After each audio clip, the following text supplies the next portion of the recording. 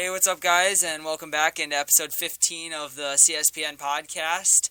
I'm Trey Cunneen alongside Teddy Pudlowski, and we have special guest Bubba Chapman from Varsity Golf here with us today. How's it going, guys? Thanks for having me on the podcast. I appreciate it. Yeah, no problem. We just wanted to have you on, just discuss the recent golf run the team's making. And, you know, I heard they had a recent match that all four of you guys did really well in, and that's why we have you on today.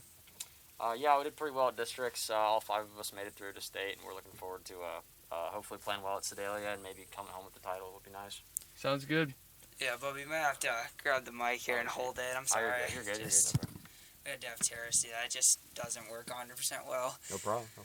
So, obviously, I think what we're going to start off here is the lacrosse team. Crazy win over MICDS last week. Yeah, something unexpected. I'm really mad at myself. I told myself I'd go to the game. I slept on the game. It turned out, Chaminade takes a crazy win over MICDS, something that's very historic. And although people are saying they may have had their two best players out and they've already lost once, it's still a historic win for the Chaminade lacrosse team. Yeah, I mean, MICDS, crazy lacrosse power. I think it was 99 straight wins before they lost to DeSmet, and then, I mean, they haven't lost to Chaminade since 2012 was what I was informed was the last time. Yeah, it's gonna be interesting to see what Chaminade does in the state run.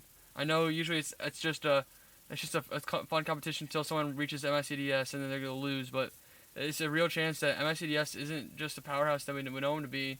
They're actually vulnerable this year. It's gonna be interesting to see what they do. Yeah, definitely. And then another team, water polo with a big 9-5 victory on Saturday over Parkway South. That's going to put them on in the second round of the state playoffs where they take on Kirkwood tonight. Kirkwood's a powerhouse. They are the 2 seed in the state of Missouri behind Parkway West, who's looked infallible this year. But I've heard a lot of confidence. I was talking to Jake Feisey and Jake Wedding today about the game, and they said they're pretty confident. Yeah, I haven't heard much from the water polo team, but I know that they have some solid players like Jake Feisey and Shane Boyd that lead the team as seniors. So it's going to be important to see what they do with their state run. I know Kirkwood may be the powerhouse, but it'd be pretty cool to see 2 Chaminade teams beat another powerhouse in their respective sport. Yeah, and then rugby plays for state. I'm not sure on the date of that, Teddy. It's Thursday, yeah. Thursday at SLU. Big game. If we don't know the details on if we can have a student section or like what the situation with that is, but if possible, we want as many kids out there to support the team against, once again, another powerhouse in the respected sport of SLU and for rugby. So it'd be big to see if we get a big win. Obviously, last time didn't turn out well. I believe it was a 30-7 loss, but Chaminade rugby team looks to bounce back.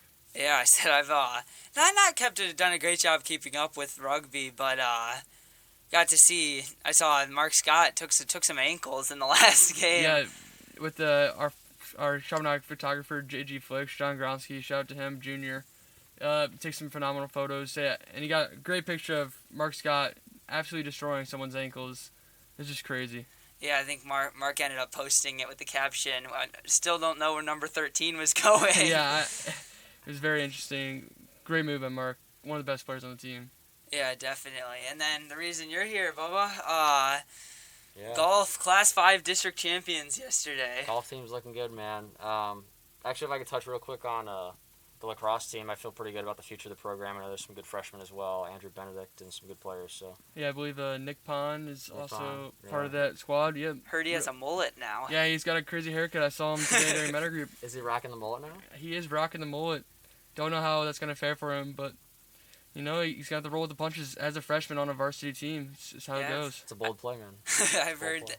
I've heard it was done by the lacrosse team as well. Yeah, it's not professionally done. That's definitely a trend that has kind of faded out. It was big in the hockey program for a while, but it's kind of cool to see it coming back. It's cool to initiate the freshmen like that. Kind of gets them involved in the team. It may not be fun for the freshmen, but kind of teaches them where they place on the totem pole of the lacrosse team. But you know, it is what it is. Yeah. So back to golf. Anything to say here about that? I'm really excited for state. I knew the team coming into the year was going to be really good, and I didn't know if I was going to make the top 5, so I was really blessed to have that opportunity. The coach gave me that spot, and I played pretty steady golf all year, and I was in the 70s all year for all the tournaments we played, and I just knew everyone coming in was playing really good, and Ryan Walsh he's a junior now, as a freshman, finished third at state. Mm-hmm. So, we've had big expectations for him, and he's really pulled through this year. And senior Cooper Benedict has really stepped up his game as well. So we got some really good players. And then obviously John Guerra, don't sleep on him. He's playing really good golf. And I think districts we played well, but I think we can play even better. So I think there's only 7 teams that actually qualified for state. And of those 7, I think only 3 of them actually have all 5 guys. Wow. So I really like our chances, and I could definitely see a trophy coming home with us on the 18th. That would be huge. Chaminade loves any sort of hardware, no matter what sport it comes from. And golf, it would absolutely be great for the Chaminade sports, athletics in total. Just add it to the trophy case. Definitely. That'd be nice. So as you guys know, we do post question and answers on all the podcasts before the time, and a lot of them were for you today, obviously, with what's going on. So we got first 3 questions all come from James O'Leary. Okay. He wants to know what's your best round you've ever shot? Me and James are good friends. We're in some of the same classes, so I appreciate the questions, James. Best round I've ever played was at Greenbrier, which was my home course for a while. This was last summer. I was coming on 18, and I was even par, and I had a 6-iron to about 3 feet. Ended up making it for birdie, so I shot 1 under. That was nice.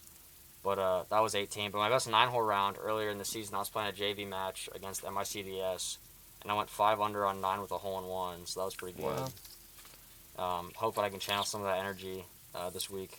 And So another question got was what golfer does your style most represent? So what would you say if you had any pro golfers on the tour right now that you say you try to work your game around them? I mean, there's a lot of good ones, obviously, but I like Victor Hovland. He's a young guy out of Oklahoma State who's second year on tour, already got a couple wins. Just an all-around good player, good ball striker. Hits his driver really well. Hits a lot of fairways, and he hits it pretty far as well. So I definitely if I can, and he's got the flat stick rolling, so he can putt it pretty well. So Victor Hovland, I think, would be the guy that I'd love to, hit the ball like. And I also like that he plays a cut, and that's the kind of the ball flight I like to play as well. So definitely him. Yeah, so we know Ryan Walsh is the short game master. He really is, man. He really is. What's your strength? Is there a strength? Is it just kind of all solid? Really, for me, it depends on the week. I practice every facet of my game a lot, but at districts, it was definitely my driving. I hit the driver really well. I hit a lot of fairways. I was hitting it pretty far, too. I think that was the biggest kind of event I've played in, so I had a lot of adrenaline going, and I was hitting the driver far, and I was hitting it straight, so hopefully I can keep that going, and I definitely need to work on the putting. Putting was not great at districts, but if I can sharpen that up, I think I'll be just okay. Well, you said you were hitting the ball straight. A question came in from Quinn Reiser. How do you fix that? He says he has some slice on his drives. How do you fix that? Yeah, I've definitely dealt with that before. That definitely kind of creeps in sometimes, and I would say, in the backswing, try to get your left shoulder behind the ball. A lot of times if you keep your weight on your front foot, and then when you're going through, the club face doesn't have time to square and it stays open, and then it's going to spin right and it's going to slice 50 yards. So, yeah, that's whenever I start really working it too far to the right, I try to make sure I feel my left side getting behind the ball and loading into the inside of my right foot, and then kind of unloading the power from there so it doesn't slice at all. So that would be my best advice I could give you. Well, now another piece of advice. Obviously, I'm no golf master, but Chaminade Golf Camp that's a good place to start. That would definitely help you out a lot. Coach Wilson, I think, will be there, and some of us will be there, and that'll be cool. I think for middle schoolers, if you really want to have a good time, yeah, please show up Chaminade Golf Camp. It'll be fun. And then I actually think my younger brother, he's an incoming 6th grader. He's going to be there, so he's the life of the party. Okay. So Looking forward to it. It'll be a fun time. Yeah, so I mean, we touched on a couple of pro golfers who you emulate in your style, but do you have a favorite? Is there a particular one, or is it? I think I have to. It's a very cop-out answer, but I think I have to say Tiger Woods. He's so good. Today during tech class, I was watching his performance at the '97 Masters. Just had it open on my computer when Teach wasn't looking. Sorry, Mrs. Durkis. But, yeah, he's just such a dominant player, and the focus that he had every time he teed it up was just amazing, and the way he was able to always grind it out and find a way to get the job done. I just, hopefully I can be, my golf game can kind of be like that one day. Yeah, Tiger's something to watch. It's really important that hopefully he makes a recovery from his injury. Obviously, it was very scary to see and getting a very dangerous crash. I don't know how soon he'll be back on the golf course, but it'd be cool to see what kind of recovery he makes and if he makes it back on the tour and in what form he'll get back to. Yeah, people doubted him before. I remember when he had all those back surgeries. There's tons of clips saying he'll never win a major again. He'll never play again. And then he won the Masters back in 19. So don't want to. You never sleep on Tiger, man. And until he's like really old, I think you can't count him out. So I could definitely see him making a recovery and coming back to the tour in the next couple of years. Yeah, I mean, a guy that plays with incredible heart there, and that's how you get back from those injuries. Is you just have to know what you want to do and get it done. I mean, his nickname is Tiger, so. So we did have one question. I'm not 100% sure where this one comes in with. It's even a fall sport. Andrew Hunt wanted to know predictions for the swim team led by CT. I think he's referring to Connor Travers there. Yeah, I believe I was talking to him during class recently, asking me what kind of question I submitted, what he should submit. I told him anything would be great, and I guess he went with the route of swimming. He wanted our predictions, so I guess I'm not much of a swim expert. Trey, do you have much knowledge in swimming? That is my area of expertise. Okay. Member of the swim team here. We're gonna be pretty solid next year. We got me and Matthew Judkins, solid freshmen who are both state qualified this year. Obviously, I blew out my foot in like the second week of the season and couldn't swim anywhere, but he finished 8th. There's gonna be he's a current sophomore, Josh Schultz, very solid swimmer. The big gap is losing Joe Donlin, our diver who got 3rd at state. But I could see a top 10 state finish. That's where I'm predicting. Do you see any senior leadership or future seniors with the current juniors? You see any leadership? Maybe someone gets a bigger role than they had this year. Maybe Andrew Hunt or maybe Connor Travers. Yeah, those two come to mind for captain spots, and then the other one that comes to mind is Ethan Feigert. Had stepped up. There were some crazy circumstances with me getting hurt, Feisy having COVID quarantines. And he had to step up, and he swam a really incredible 2-second PR at state, which was, it really came out of nowhere and really helped our relays. So I could see him being a leader. Sounds good. But that's all we've got for today. Again, remember, CSPN camp, check it out. Check out the golf camp. Thank you for being here. Yep, thank you. Thank you guys for having me. I really appreciate you having me on, and we'll let you know how the team does at state, for sure. Yeah, no problem. We'll be here next Tuesday to give it a report on maybe what the golf did, any other sports, and maybe another guest to have on. Yeah, definitely. Tune in next week. Thank you. Thank you.